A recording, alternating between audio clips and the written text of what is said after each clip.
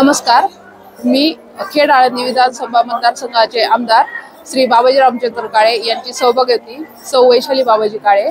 दिंडी चालताना जी वृक्ष लागवड केली जाते ही आपल्या पर्यावरणासाठी खूप खूप महत्त्वाची बाब आहे आणि ज्यावेळेस दिंडी चालताना हा संदेश दिला जातोय तो आपल्यासाठी खूप महत्त्वाचा आणि मोलाचा संदेश देत चाललेला आहे। म्हणजे अध्यात्म जपता जपता आपल्या पर्यावरणाला हे सर्व म्हणजे यात्रिकी जपत आहेत, ही खूप अभिमानास्पद बाब आहे।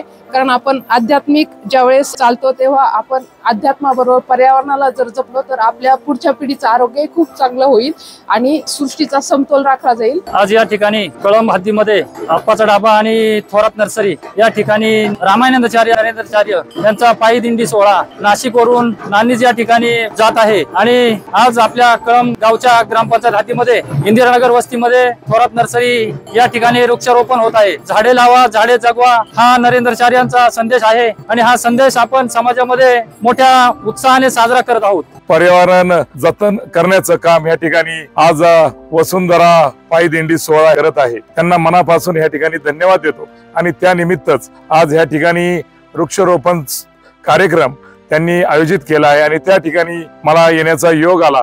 खरं पाहायला गेलं तर वृक्षे लावा आणि झाडे जगवा आणि देश वाचवा असं ब्रीद वाक्य या ठिकाणी बोललं जातं आणि खऱ्या अर्थानं एक प्रकारे देशाची सेवा करण्याचं काम या ठिकाणी वसुंधरा पायी दिंडी सोहळ्याच्या माध्यमातून करत आहे। त्यामध्ये प्रामुख्यानं रामानंदाचार्य नरेंद्राचार्य जे असतील यांनी खऱ्या अर्थानं हा वसा वारसा आणि लोकांना एक चांगला संदेश देण्याचं काम या ठिकाणी केलेलं आहे।